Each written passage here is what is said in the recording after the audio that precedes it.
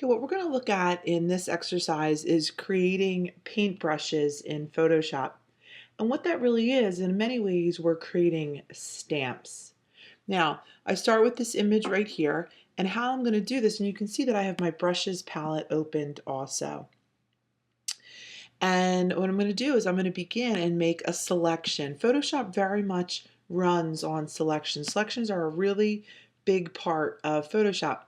Now, selecting this vibrant purple flower is a very easy thing to do because the pixels of this are so different than the green pixels around it. So it's actually a very easy part to select. Now, this is what I'm going to do next. I'm going to come into Edit and I'm going to hit Define Brush Preset, and I have my brush and I'm going to name it Flower.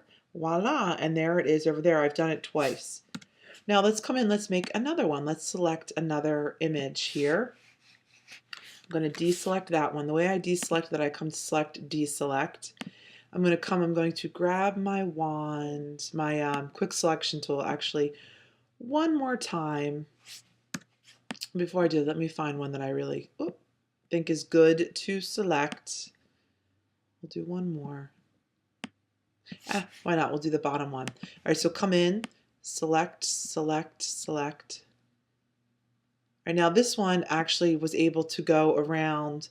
It didn't select this purple underneath. Again, I'm going to come to Edit, Define Brush Preset, Flower 2. Okay, and there it is. Now, next thing I'm going to do is I'm going to come File, New. I'm going to create a new file. We'll fill it with a white background. We'll hit OK.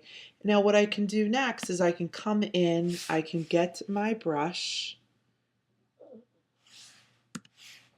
right there, and I can come and I can select this and I can hit it, and there it is.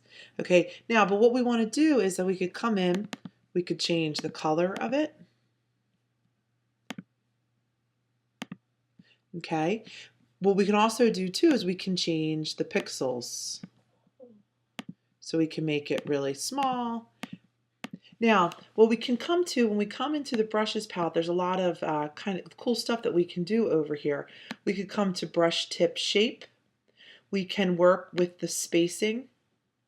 Now, the spacing really matters when we have a brush like this. We can see that it's actually made up of all these dots, and if you were to space it out, that's what it would look like.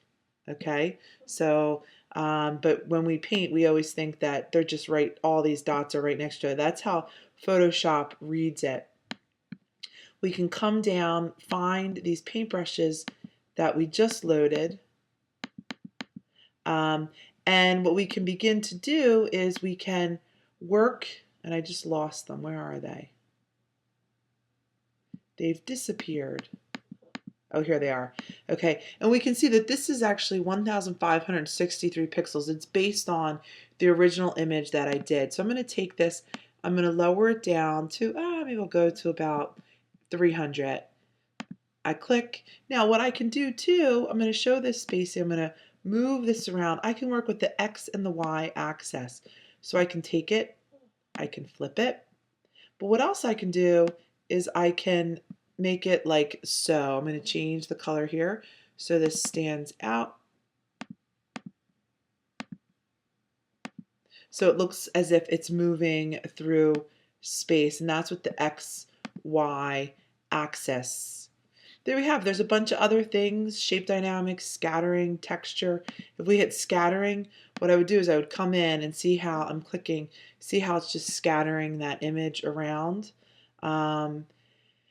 And some of these work better with other ones. For instance, if you're working with just a plain old brush and you do wet edges, it will actually emphasize the edges of that brush stroke. And then there's airbrush and other things of the sort. But that's how you make a, and I have it on scatter so you can see this is the other image. That is how you actually make brushes in Photoshop, and with the brushes in Photoshop, there are hours of endless fun. Thanks for listening.